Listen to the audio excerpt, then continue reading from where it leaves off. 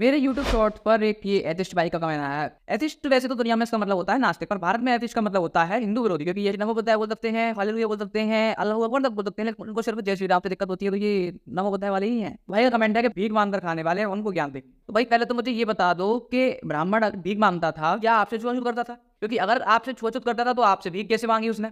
और अगर भीख मांगी तो फिर छुआछूत कहाँ की रही? अगर ब्राह्मण आप पर अत्याचार करता था, कोई अत्याचारी भीख कैसे मांग सकता है? भाई भीख मांगने वाला पे तो खुद अत्याचार होता है ना, भीख मांगने वाला तो शोषित वर्ग होता है। अगर ब्राह्मण भिखारी है तो फिर आप पर उसने अत्याचार कैसे किया? पहले तो इस बात का जवाब दीजिए। दूसरी बात, भिक्षा मांगने में और भीख मांगने में फर्क होता है। भीख मांगने का मतलब होता है कि आप धनार्जन के लिए कोई भी कर्म नहीं कर रहे हैं और सिर्फ भीख मांग रहे हैं। दूसरी तरफ भिक्षा का अर्थ ये होता है कि आप धनार्जन के लिए सारे कर्म कर रहे हैं, लेकिन उस कर्म के बदले आप धन नहीं लेते हुए भिक्षा पर अपना जीवन यापन कर रहे हैं। और भिक्षा में किसी के पीछे नहीं पड़ा जाता था, दरवाजे पर जाते थे, एक बार बोलते थे, जो अपनी स्वेच्छा से इंसान देता था वो ले लेते थे। सिर्फ अपनी आवश्यकता अनुसार भिक्षा ली जाती थी, ज्यादा होता था तो उसको दान में दे दिया जाता था। तो खैर भिक्षा तो ये होती थी। आपके लिए भीख होगा तो हमने कुछ कह सकते